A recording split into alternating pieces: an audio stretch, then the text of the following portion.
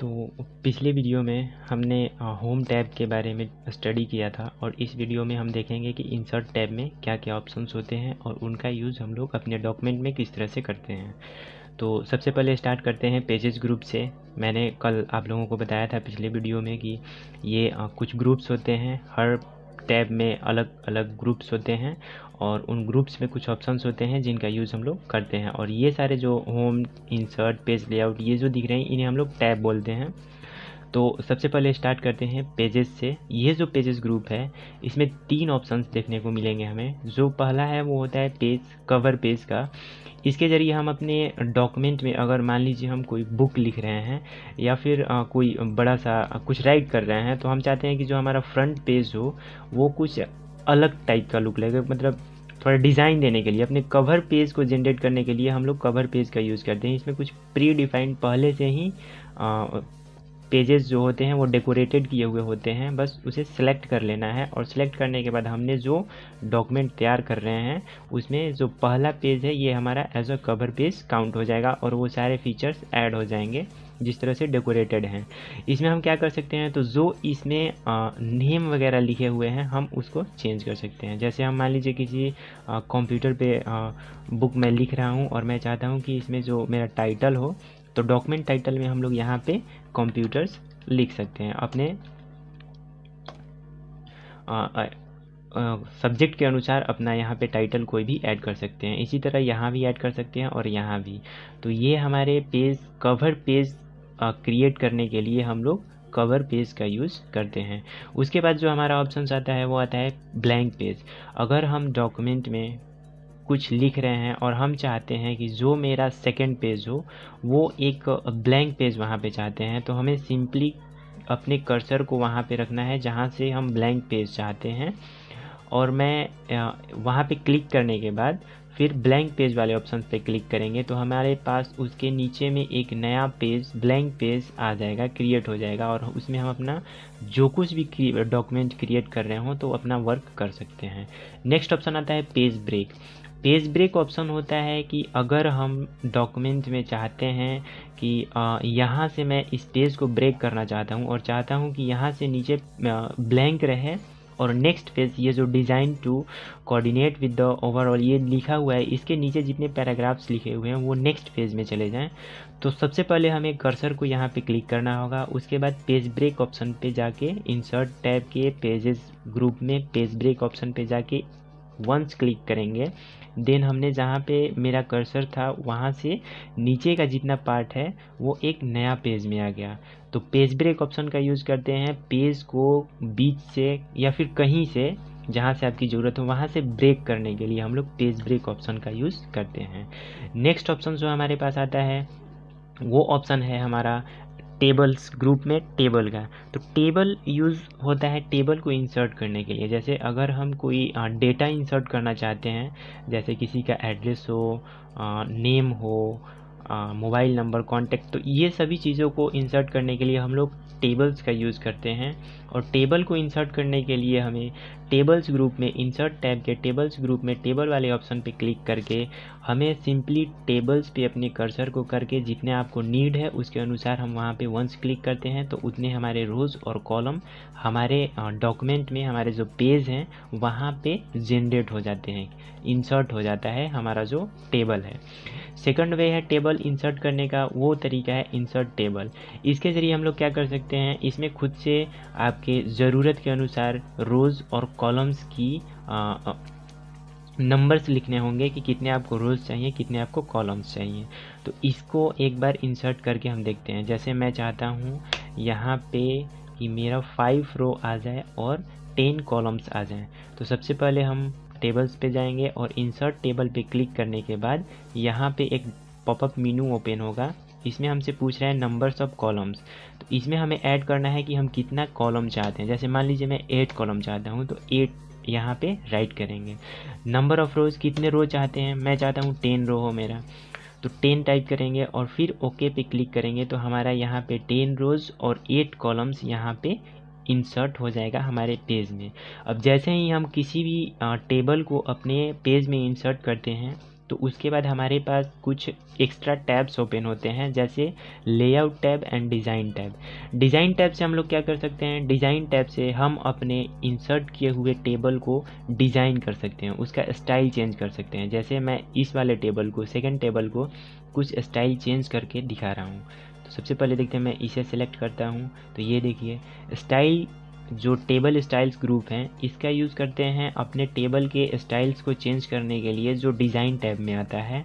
यहाँ से हम हीडर, रो के height, width, first column, last column, इसको चेंज कर सकते हैं। ठीक, शेडिंग से आता है कि हम कलर फील कर सकते हैं अपने जो भी हमारा कॉलम है या रो है, एक पर्टिकुलर बॉक्स जो सेल होता है, तो उसमें हम अपने अकॉर्डिंग टू नीडेड हम किसी भी कलर को फील कर सकते हैं। तो ये कलर फील का ऑप्शंस होता है। बॉर्डर ऑप्शंस होता है कि हमारे चारों तरफ एक बॉर्डर आ जाएगा, तो ऑलरेडी इसमें बॉर्डर्स हैं तो इसलिए पता है। बीच में हम चाहते हैं तो इनसाइड बॉर्डर कर देंगे, तो इसके अंदर में एक बॉर्डर इंसर्ट हो जाएगा।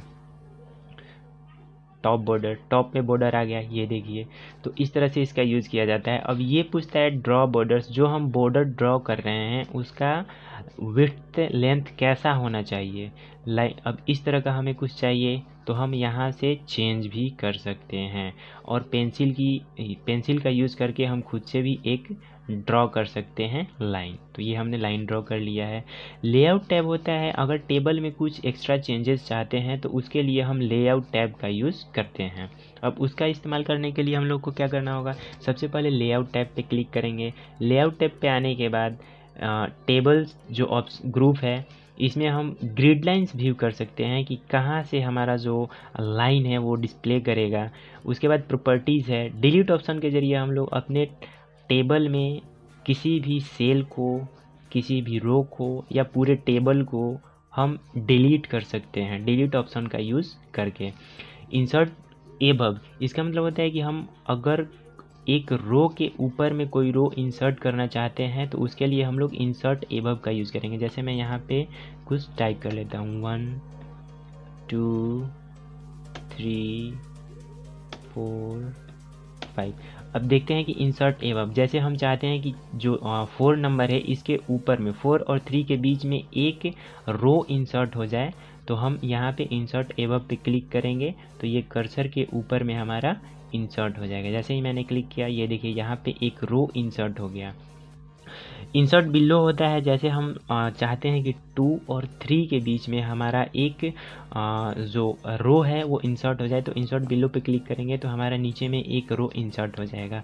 इंसर्ट लेफ्ट, ये क्या होता है कि हम अगर कॉलम ऐड करना चाहते हैं, जैसे मैं यहाँ पे लिख लेता हूँ 2 3 4 5 6 7 8 9।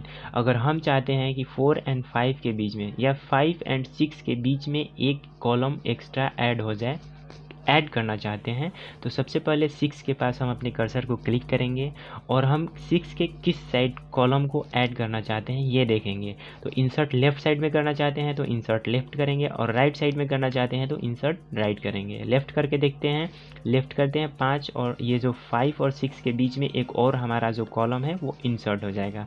तो देखते हैं, ये देखिए। तो इसका एक्स्ट्रा कॉलम्स रोज़ इंसर्ट करने के लिए हम लोग रोज़ एंड कॉलम्स ग्रुप में जितने ऑप्शंस हैं इनका यूज़ करते हैं।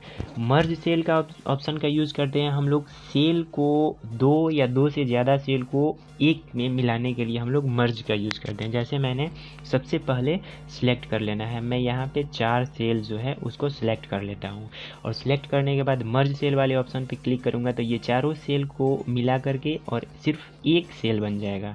जैसे ही हम सिलेक्ट करते हैं ठीक उसके बाद मर्ज वाले ऑप्शन पे क्लिक करते हैं, ये देखिए ये चारों सेल को मिला के एक सेल बन गया।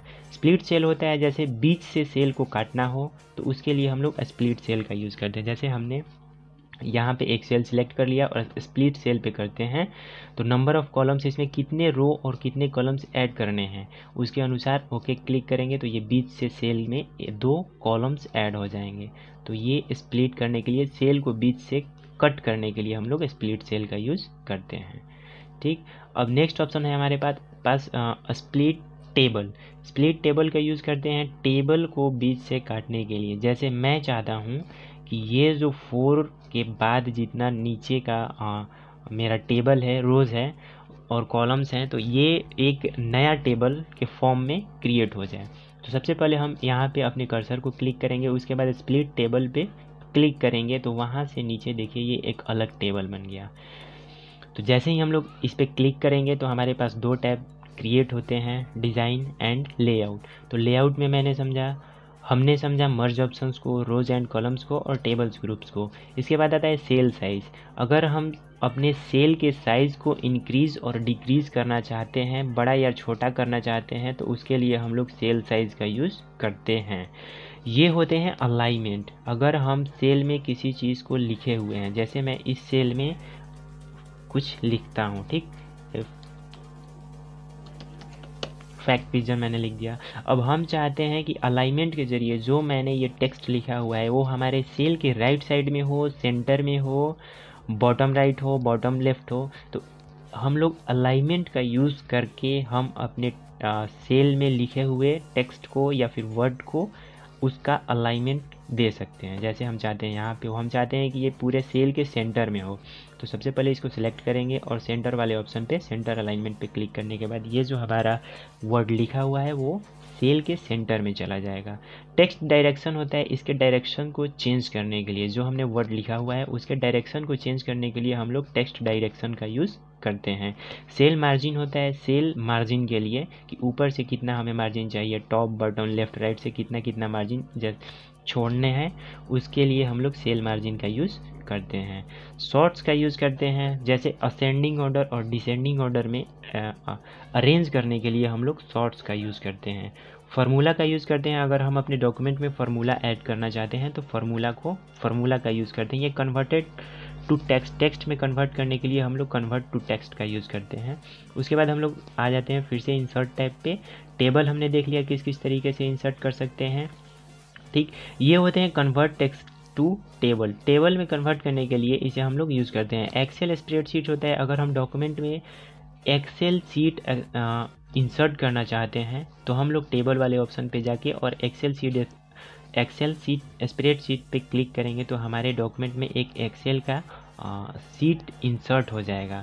तो इसका यूज़ हम लोग करते हैं एक्सेल सीट इंसर्ट करने के लिए अपने डॉक्यूमेंट में। नीचे एक क्विक टेबल्स, इसमें पहले से कुछ प्री डिफाइंड टेबल्स आ जाएंगे जिसके ज़रिए हम अपने डॉक्यूमेंट में टेबल डेकोरेटेड पहले से जितने टेबल्स हैं वो ऐड कर सकते हैं। अगर हम इस तरह का टेबल ऐड करना चाहते हैं तो by clicking once it will be automatically inserted in your document. तो के टेबल पे क्लिक करने के बाद हमारे पास दो टैब्स ओपन होते हैं, डिज़ाइन और लेआउट। डिज़ाइन टैब के ज़रिए हम लोग अपने टेबल को डिज़ाइन स्टाइल चेंज कर सकते हैं और लेआउट टैब के ज़रिए हम लोग अपने टेबल में किसी भी चीज़ को, रोज़ कॉलम को डिलीट कर सकते हैं, बीच से काट सकते हैं, टेक्स्ट अलाइनमेंट कर सकते हैं, शॉर्ट्स कर सकते हैं। इसके बाद हमारे पास नेक्स्ट ऑप्शन जो है वो है इलस्ट्रेशन ग्रुप्स का। तो ये इलस्ट्रेशन ग्रुप्स में 4 ऑप्शंस हैं। पिक्चर्स के ज़रिए हम लोग अपने टेबल में किसी भी पिक्चर को ऐड कर सकते हैं। चलिए देखते हैं, हम यहाँ पे चाहते हैं कि मेरे पास एक पिक्चर ऐड हो जाए। तो सबसे पहले अपने कर्सर को यहाँ पे क्लिक करेंगे, पिक्चर्स वाले ऑप्शन पे क्लिक करेंगे। उसके बाद हम अपने पिक्चर को सिलेक्ट करेंगे कि कौन सा पिक्चर हम चाहते हैं हमारे डॉक्यूमेंट में ऐड करना। तो मैं यहाँ से कुछ पिक्चर सिलेक्ट करता हूँ और उसके बाद हम देखते हैं कि वो पिक्चर किस तरह से ऐड आता है। जैसे ब्लू स्टैक्स में एक मेरे पास पिक्चर है होम स्क्रीनशॉट का, इस पर एक बार मैं इंसर्ट पे क्लिक करूँगा तो ये हमारे पेज पे आ जाएगा। पिक्चर इंसर्ट करते ही हमारे पास एक न्यू टैब ओपन होगा जिसका नाम है फॉर्मेट। और फॉर्मेट टैब के ज़रिए हम लोग क्या कर सकते हैं, अपने पिक्चर के रिगार्डिंग जितने भी चेंजेस करने होते हैं हम फॉर्मेट टैब यूज़ करके उसके रिगार्डिंग चेंजेस कर सकते हैं। जैसे में पहला ग्रुप है वो है एडजस्ट का। एडजस्ट में हम लोग क्या कर सकते हैं, तो पिक्चर का ब्राइटनेस इंक्रीज़ और डिक्रीज़ कर सकते हैं, ठीक। कंप्रेस पिक्चर को छोटा करने के लिए, बड़ा करने के लिए हम लोग कंप्रेस पिक्चर का यूज़ करते हैं। इसका कंट्रास्ट चेंज कर सकते हैं, कलर दे सकते हैं, पिक्चर को चेंज कर सकते हैं। और फिर सारे चेंजेस करने के बाद हम चाहते हैं कि जिस तरह का था उस तरह का आ जाए तो फिर रेस्ट पिक्चर पे कर देंगे तो नॉर्मल हमारा पेज हो जाएगा। उसके बाद पिक्चर स्टाइल्स जो होते हैं ये ऑप्शन यूज़ होता है, हम चाहते हैं कि जो हमारा पिक्चर है उसका स्टाइल चेंज हो जाए, तो इसके लिए हम लोग पिक्चर स्टाइल का यूज़ करेंगे। ड्रॉप डाउन मेन्यू पे क्लिक करते ही हमारे पास बहुत सारे स्टाइल्स ऑप्शंस दिखेंगे और उसमें से जिस तरह का स्टाइल हम चाहते हैं वो स्टाइल हम अपने पिक्चर को दे सकते हैं। इसके बाद हमारे पास ऑप्शंस आते हैं पिक्चर शेप का। तो पिक्चर शेप के ज़रिए हम लोग अपने पिक्चर के शेप को चेंज कर सकते हैं। जैसे मैं ये इमोजी टाइप का जो स्माइली फेस है ये चाहता हूँ, तो सिंपली इस पर वंस क्लिक करेंगे और ये चेंज हो जाएगा। तो ये देखिए मेरा जो पहले पिक्चर था वो दूसरे शेप में पिक्चर ऐड हो गया है। इसमें और भी ऑप्शंस होते हैं, जैसे में देखते हैं आगे पिक्चर्स बॉर्डर। तो पिक्चर का जो बॉर्डर है, आउटर लाइन जो है वो कैसा और किस कलर का होना चाहिए, उसे चेंज करने के लिए हम लोग पिक्चर्स बॉर्डर का यूज़ करते हैं। हम चाहते हैं ये येलो कलर का हो, तो येलो कलर पे जाके वंस क्लिक करेंगे तो हमारे पिक्चर का आउटलाइन जो है वो चेंज हो जाएगा, बॉर्डर चेंज हो जाएगा और ये उस कलर का हो जाएगा। नो आउटलाइन करेंगे तो हमारे पिक्चर में आउटलाइन रहेगा ही नहीं, ये हट जाएगा। फिर नेक्स्ट ऑप्शन जो है मोर आउटलाइन कलर्स, यहाँ से हम अपने आउटलाइन के कलर को चेंज कर सकते हैं। यहाँ से इसके साइज़ को चेंज कर सकते हैं कि जो हमारा आउटलाइन है वो किस तरह का साइज़ का हमें चाहिए। तो यहाँ से मैंने सेलेक्ट कर लिया ये साइज़। इसके बाद हमारे पास ऑप्शन आता है डैशेज। ये जो हमारा आउटलाइन दिख रहा है वो किस तरह का हमें आउटलाइन चाहिए, डॉट डॉट डॉट चाहिए या फिर इस तरह का चाहिए, लंबा लाइन चाहिए। तो इस तरह के ऑप्शंस को यूज़ करने के लिए हम लोग पिक्चर्स पे जाके और डैशेज वाले ऑप्शंस पे जा कर के और क्लिक करते हैं, तो हमारे पास जो आउटलाइन है वो चेंज हो जाता है। इसको हम कलर चेंज करके देखते हैं कि किस तरह का है आउटलाइन। आउटलाइन ये हो गया, पिक्चर बॉर्डर हो गया, और पिक्चर बॉर्डर में मैं चाहता हूँ कि हमारा जो आउटलाइन हो वो कुछ इस तरह का हो। नेक्स्ट ऑप्शन जो होता है हमारे पास वो होता है पिक्चर इफ़ेक्ट। अब इसके ज़रिए हम लोग अपने पिक्चर को एक 3D इफ़ेक्ट दे सकते हैं। जैसे मैं इस वाले ऑप्शन पे क्लिक कर रहा हूँ, ठीक, तो ये हमारे पिक्चर में 3D इफ़ेक्ट अप्लाई हो गया। तो पिक्चर को किसी भी इफ़ेक्ट अप्लाई करने के लिए हम लोग पिक्चर इफ़ेक्ट का यूज़ करते हैं। ठीक, ग्लो देखते हैं, ग्लो में किस तरह का है।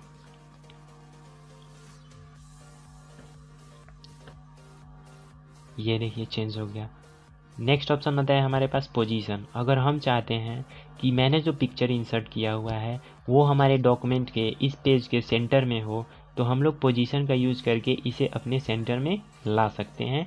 राइट में चाहते हैं राइट में ला सकते हैं, सेंटर लेफ़्ट चाहते हैं सेंटर लेफ़्ट ला सकते हैं, top right, top centre, top left, bottom right, bottom centre, bottom left, तो ये भी यूज़ कर सकते हैं। जैसे मैं चाहता हूँ कि ये सेंटर राइट में हो, तो मैं यहाँ पे क्लिक करूँगा तो हमारा जो पिक्चर है वो इसके राइट साइड में आ जाएगा। ये देखिए राइट साइड में आ गया। अब इसको अच्छे से देखने के लिए पहले मैं इसका साइज़ छोटा कर लेता हूँ ताकि हमें क्लियर पता चले। ठीक है, यहाँ पे आते हैं, पिक्चर सेलेक्ट करते हैं, इसका साइज़ छोटा करते हैं और छोटा, ये हमारा साइज़, पिक्चर का साइज़ छोटा हो गया। ठीक, अब हम चाहते हैं कि ये हमने जो पिक्चर इंसर्ट किया हुआ है वो बिल्कुल सेंटर में हो। तो सबसे पहले हम क्या करेंगे, पिक्चर को सिलेक्ट करेंगे, मीन्स वंस क्लिक करेंगे पिक्चर पे और पोजीशन पे जाके हम उसे सेंटर ऑप्शन जहाँ पे हमें इसे प्लेस करना है इनसाइड आवर पेज, हम वहाँ पे क्लिक कर देंगे तो ये हमारे पेज के सेंटर में आ जाएगा। Bring to front, send to back, ये होता है टेक्स्ट के पीछे हम चाहते हैं कि हमारा जो पिक्चर लगा हुआ है वो टेक्स्ट के पीछे हो, तो हम लोग सेंड टू बैक का यूज़ करते हैं, और ब्रिंग टू फ्रंट का यूज़ करते हैं टेक्स्ट के ऊपर में पिक्चर को लाने के लिए। जैसे ये मैं देख रहा हूँ ब्रिंग टू फ्रंट, तो ब्रिंग टू फ्रंट पे यूज़ करेंगे हम ऑफ टेक्स्ट, और ये देखिए थोड़ी देर में आएगा, यहाँ पे थोड़ा स्लो है।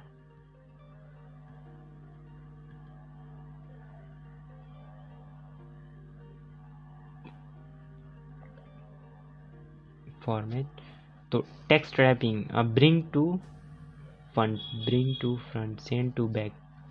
ठीक, तो यहाँ से हम ब्रिंग टू फ्रंट करके हम इसे अपने जो टेक्स्ट लिखा हुआ है उसके आगे ला सकते हैं।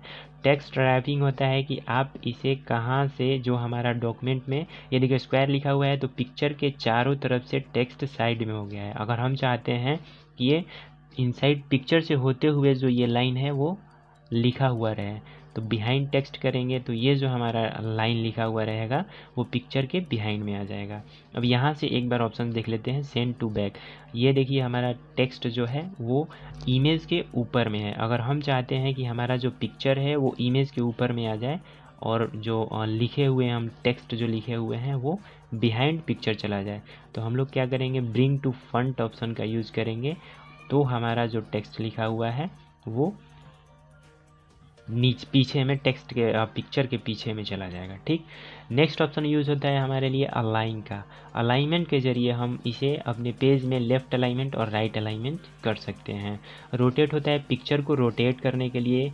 क्रॉप होता है पिक्चर को हम क्रॉप करना चाहते हैं तो क्रॉप ऑप्शन के ज़रिए हम पिक्चर को क्रॉप कर सकते हैं। यहाँ से हाइट और विड्थ चेंज कर सकते हैं पिक्चर का। ठीक, आगे बढ़ते हैं और देखते हैं इंसर्ट टैब में और क्या ऑप्शंस हैं जो हम यूज़ करते हैं।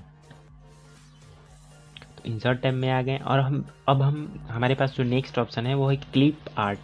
क्लिप आर्ट का यूज़ हम लोग करते हैं जैसे पहले से कुछ predefined means as a drawing के फॉर्मेट में हम कुछ टेक्स्ट या फिर कोई पिक्चर्स चाहते हैं तो हम लोग क्लिप आर्ट का यूज़ करते हैं। और यहाँ से जैसे यहाँ पे कार लिखा हुआ है, कार लिख के इसमें मैं सर्च करूँगा तो इसमें जो as a drawing clip arts होंगे वो यहाँ पे डिस्प्ले करेंगे और उनको अपने डॉक्यूमेंट में किसी भी तरह से ऐसे इसको सिंपली पकड़ के और ड्रैग कर देंगे तो ये हमारे डॉक्यूमेंट में इंसर्ट हो जाएगा। तो क्लिप आर्ट इंसर्ट करने के लिए हम लोग क्लिप आर्ट ऑप्शन का यूज़ करते हैं। ये देखिए मैंने क्लिप आर्ट इंसर्ट किया तो ये हमारे डॉक्यूमेंट में क्लिप आर्ट ऐड हो गया। नेक्स्ट देखते हैं क्या ऑप्शन है हमारे पास। नेक्स्ट ऑप्शन जो है वो है शेप्स का। शेप्स के ज़रिए हम लोग अपने डॉक्यूमेंट में एक किसी भी पर्टिकुलर शेप को जो हमें चाहिए उस शेप को इंसर्ट कर सकते हैं। क्लिक करेंगे और अपने डॉक्यूमेंट में ड्रॉ कर देंगे तो हमारे डॉक्यूमेंट में शेप आ जाएगा। जैसे ही शेप हम इंसर्ट करेंगे तो हमारे पास एक फॉर्मेट टैब आएगा जिसके ज़रिए हम लोग अपने शेप का स्टाइल चेंज कर सकते हैं और अलग कुछ और शेप्स चाहिए तो उसे भी इंसर्ट कर सकते हैं और उसका इफ़ेक्ट चेंज कर सकते हैं, 3D इफ़ेक्ट अप्लाई कर सकते हैं और अरेंज कर सकते हैं, जो मैंने अभी आपको पिक्चर वाले ऑप्शंस पे क्लिक करके दिखाया था। तो ये वही सारे ऑप्शंस हैं जो शेप पे भी अप्लाई होते हैं। ठीक, शेप फिल में इसको शेप के अंदर कलर फिल कर सकते हैं, कोई इमेज फिल कर सकते हैं, आउटलाइन के ज़रिए शेप का आउटलाइन चेंज कर सकते हैं, शेप चेंज के ज़रिए हम लोग शेप को ही चेंज कर सकते हैं। ठीक, ये देखिए शेप चेंज हो गया। नेक्स्ट ऑप्शन जो हमारे पास है वो है स्मार्ट आर्ट। हम अपने डॉक्यूमेंट में अगर स्मार्ट आर्ट ऐड करना चाहते हैं तो स्मार्ट आर्ट को भी ऐड कर सकते हैं। उसके लिए हमें क्या करना होगा, तो सबसे पहले हम अपने डॉक्यूमेंट में आएंगे और किसी एक स्मार्ट आर्ट को सिलेक्ट करेंगे, जो हमें चाहिए वो स्मार्ट आर्ट सिलेक्ट करेंगे। तो मैं यहाँ से एक स्मार्ट आर्ट सिलेक्ट करता हूँ और ओके करता हूँ, ये हमारे डॉक्यूमेंट में इंसर्ट हो गया। अब स्मार्ट आर्ट को भी चेंज करने के लिए हमारे पास डिज़ाइन और फॉर्मेट टैब्स ओपन होते हैं जिसके ज़रिए हम लोग अपने स्मार्ट आर्ट के लेआउट को चेंज कर सकते हैं, ग्राफिक्स को चेंज कर सकते हैं, स्मार्ट आर्ट स्टाइल्स को स्टाइल दे सकते हैं। फॉर्मेट के ज़रिए हम लोग इसमें किसी भी चीज़ को फील कर सकते हैं, कुछ भी इसमें लिख सकते हैं। ठीक, इसको मैं हटाता हूँ और ऐड करने के लिए हम स्मार्ट आर्ट ऑप्शन का यूज़ करते हैं। नेक्स्ट ऑप्शन जो होता है हमारे पास चार्ट। अगर हम डॉक्यूमेंट में चार्ट इंसर्ट करना चाहते हैं तो हम चार्ट के ज़रिए चार्ट इंसर्ट कर सकते हैं। ठीक, हाइपर लिंक होता है अपने डॉक्यूमेंट से किसी चीज़ को लिंक करने के लिए हम लोग हाइपर लिंक का यूज़ करते हैं। जैसे मैंने यहाँ पे डॉक्यूमेंट लिखा हुआ है और मैं चाहता हूँ कि अगर इस डॉक्यूमेंट पे कोई क्लिक करे तो हमारे पास एक नया जो डॉक्यूमेंट है जिसके ज़रिए हम इसको लिंक करेंगे जिससे वो ओपन हो जाए। तो सिंपली सबसे पहले अपने डॉक्यूमेंट को जिस वर्ड पे लगाना चाहते हैं उसे क्लिक करेंगे, सिलेक्ट करेंगे और सिलेक्ट करने के बाद हाइपर लिंक वाले ऑप्शन पे क्लिक करेंगे। इसके बाद हम इसमें चाहते हैं कि क्या हम ओपन करना चाहते हैं, तो मैं देखता हूँ कि मेरे पास डेस्कटॉप पे कोई पिक्चर है या फिर कोई रिज्यूम डॉक्यूमेंट ओपन करना है तो हम यहाँ पे कंप्यूटर बेसिक पे क्लिक करेंगे या फिर कोई भी डॉक्यूमेंट हम चाहते हैं तो उसे हम यहाँ से लिंक कर सकते हैं एक वर्ड के ज़रिए। जैसे कि मैं यहाँ पे एक PDF फाइल लिंक कर रहा हूँ, मैंने लिंक किया कंप्यूटर बेसिक्स को मैंने यहाँ पे लिंक कर रहा हूँ। तो सिंपली इसे सिलेक्ट करने के बाद ओके क्लिक करना है। तो ये हमारा जो जहाँ पे हाइपर लिंक हमने लगाया है वो ब्लू कलर का हो जाएगा। और इस पर क्लिक करने के लिए, अपने डॉक्यूमेंट को ओपन करने के लिए कंट्रोल के साथ इंटर प्रेस करते हैं। तो वो हमारा जो डॉक्यूमेंट है जो हमने इससे लिंक किया हुआ है वो ओपन हो जाएगा। ये देखिए बैकग्राउंड में हमारा जो डॉक्यूमेंट है वो ओपन हो गया। तो उसको ओपन करने के लिए किसी हाइपर लिंक का यूज़ करते हैं हम लोग। किसी डॉक्यूमेंट को, इमेज को, पिक्चर्स को, वीडियोस को लिंक करने के लिए हम लोग हाइपर लिंक का यूज़ करते हैं। बुकमार्क जो ऑप्शन होता है इसका यूज़ करते हैं अगर हम मान लीजिए एक लंबा बुक रीड कर रहे हैं, राइट कर रहे हैं, और हम चाहते हैं कि जहाँ तक हमने देखा हुआ है, पढ़ा हुआ है, वहाँ पे हमारा कर्सर ऑटोमेटिकली चला जाए। तो उसके लिए हम लोग बुकमार्क का यूज़ करते हैं। जैसे हम चाहते हैं कि मैं ये फॉर्मेट तक पढ़ा हुआ हूँ, तो फॉर्मेट को सिलेक्ट करेंगे। सिलेक्ट करने के बाद बुकमार्क वाले ऑप्शन पे क्लिक करेंगे और यहाँ पे हम क्या कर लेंगे, फॉर्मेटिंग लिख देंगे। जहाँ पे सबसे पहले क्या करेंगे, अपने कर्सर को क्लिक कर लेंगे जहाँ पे हम बुकमार्क लगाना चाहते हैं। क्लिक करने के बाद बुकमार्क वाले ऑप्शन पे क्लिक करेंगे और यहाँ पे गैलरी, जैसे यहाँ पे गैलरी लिखा हुआ है तो हम यहाँ पे लिखेंगे गैलरी और फिर इसको ऐड कर देंगे। जैसे ही ऐड करेंगे तो ये हमारा जो बुकमार्क है ये ऐड हो गया है। अब इसको देखते हैं किस तरह से ये वर्क करता है। तो सबसे पहले हम अपने डॉक्यूमेंट को सेव कर लेते हैं। मैं इसे डेस्कटॉप पे सेव कर लेता हूँ।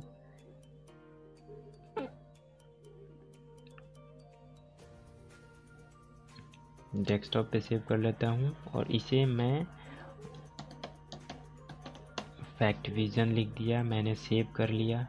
ठीक, अब मैं उसे कट कर दिया। ठीक, अब यहाँ पे देखते हैं कि बुकमार्क जो है वो किस तरह से वर्क करता है। सबसे पहले फैक्टविजन को ओपन करेंगे। ठीक, ओपन करने के बाद ये जो हमारा फर्स्ट पेज से ओपन हो रहा है, हमारा जो कर्सर है, मान लीजिए मैंने यहाँ पे क्लिक किया हुआ है। हम चाहते हैं कि जहाँ मैंने बुकमार्क ऐड किया था वहाँ से हमारा जो कर्सर है वो स्टार्ट हो। तो उसके लिए हम लोग सबसे पहले क्या करेंगे, बुकमार्क पे क्लिक करेंगे और ये हमारे पास जो एक पॉपअप मेनू ओपन होगा उसके ज़रिए हम लोग गो टू वाले ऑप्शन पे क्लिक करेंगे। तो जहाँ हमने बुकमार्क ऐड किया हुआ था वहाँ पे ये ऑटोमेटिकली आपको जंप कर देगा। गो टू मैंने क्लिक किया, अब देखिए गैलरी के पास आ गया। तो बुकमार्क का यूज़ इसलिए करते हैं। नेक्स्ट क्रॉस रेफरेंसेस होता है, इसका ज़्यादा यूजेज होते नहीं हैं। हिडर का यूज़ करते हैं हम लोग अपने डॉक्यूमेंट में हिडर लगाने के लिए। जैसे हम कुछ डॉक्यूमेंट तैयार कर रहे हैं और हिडर इंसर्ट करने के दो तरीके होते हैं। सबसे पहला जो होता है, डबल टैप यूज़ करके हम लोग पेज के अपर साइड में डबल टैप करेंगे तो हमारे पास जो हिडर और फुटर का ऑप्शन है वो एक्टिव हो जाएगा। उसमें हम लोग जो अपने डॉक्यूमेंट के रिगार्डिंग कुछ लिखना चाहते हैं तो उसको राइट कर सकते हैं। ठीक, नेक्स्ट ऑप्शन होता है इंसर्ट टैब में जाके और डायरेक्टली यहाँ से हिडर फुटर का एक सिलेक्ट कर लेंगे। जिस तरह का हमें हिडर चाहिए उस तरह का हिडर सिलेक्ट कर लेंगे, वो हमारे पेज के ऊपर में आ जाएगा। फुटर ऑप्शन भी बिल्कुल इसी तरह से होता है। फुटर ऑप्शन का भी हम लोग इसी तरह यूज़ करते हैं। उसके बाद नेक्स्ट ऑप्शन होता है हमारे पास इंसर्ट टैब पेज नंबर। अपने डॉक्यूमेंट में पेज नंबर देने के लिए हम लोग पेज नंबर का यूज़ करते हैं। जैसे मैंने ये क्लिक किया, हमारे डॉक्यूमेंट में ये 7वें पेज पे हैं हम लोग। तो पेज नंबर इंसर्ट करने के लिए हम लोग पेज नंबर का यूज़ करते हैं। टेक्स्ट बॉक्स होता है, अगर कोई पर्टिकुलर टेक्स्ट लेना चाहते हैं और किसी बॉक्स में हम कुछ टेक्स्ट लिखना चाहते हैं तो उसके लिए हम लोग टेक्स्ट बॉक्स का यूज़ करते हैं। जैसे सिंपली मैंने इस पर क्लिक किया, क्लिक करने के बाद हम चाहते हैं कुछ इस तरह का टेक्स्ट बॉक्स लेना, तो उस पर क्लिक करेंगे तो हमारे पास टेक्स्ट बॉक्स हमारे जो डॉक्यूमेंट है उसमें इंसर्ट हो जाएगा। इसको भी पोजीशन दे सकते हैं। हम चाहते हैं कि ये राइट साइड में हो तो राइट साइड कर सकते हैं, लेफ़्ट अपर, तो इसका पोजीशन भी हम लोग चेंज कर सकते हैं और इसमें जो लिखा हुआ है इसे भी हम अपने अनुसार चेंज कर सकते हैं। ठीक, तो ये टेक्स्ट बॉक्स का यूज़ हम लोग इसलिए करते हैं।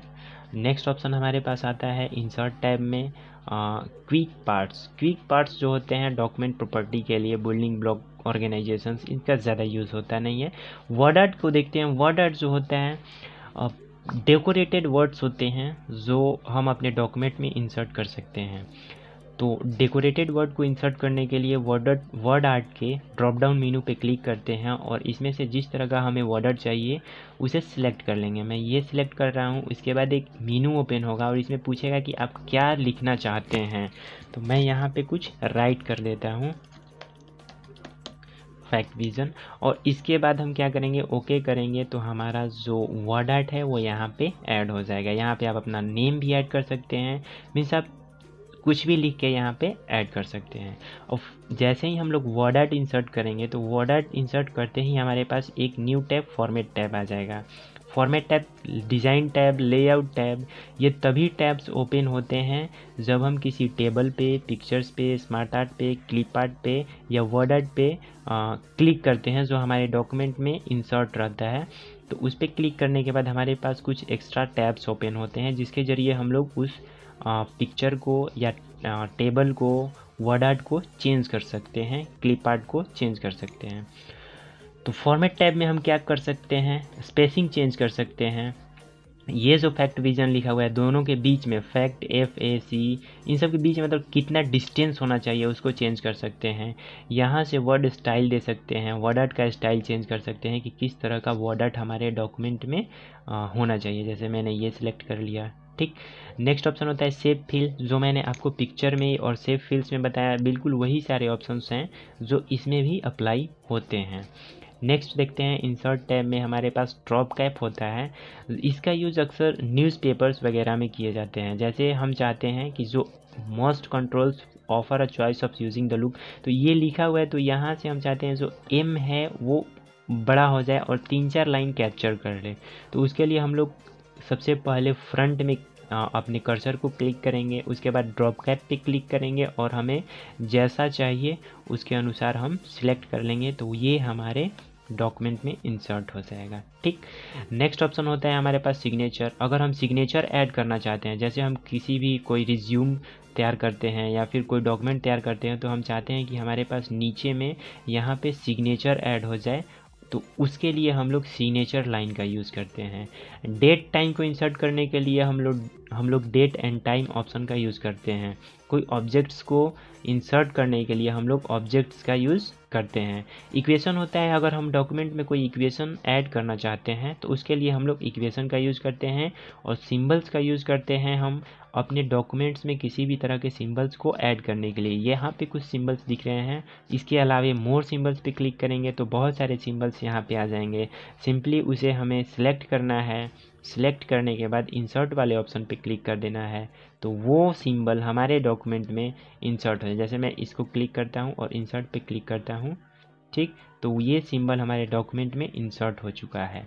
ये देखिए यहाँ पे नीचे में हमारे पास ये सिंबल आ चुका है। तो सिंबल को इंसर्ट करने के लिए हम लोग सिंबल का यूज़ करते हैं।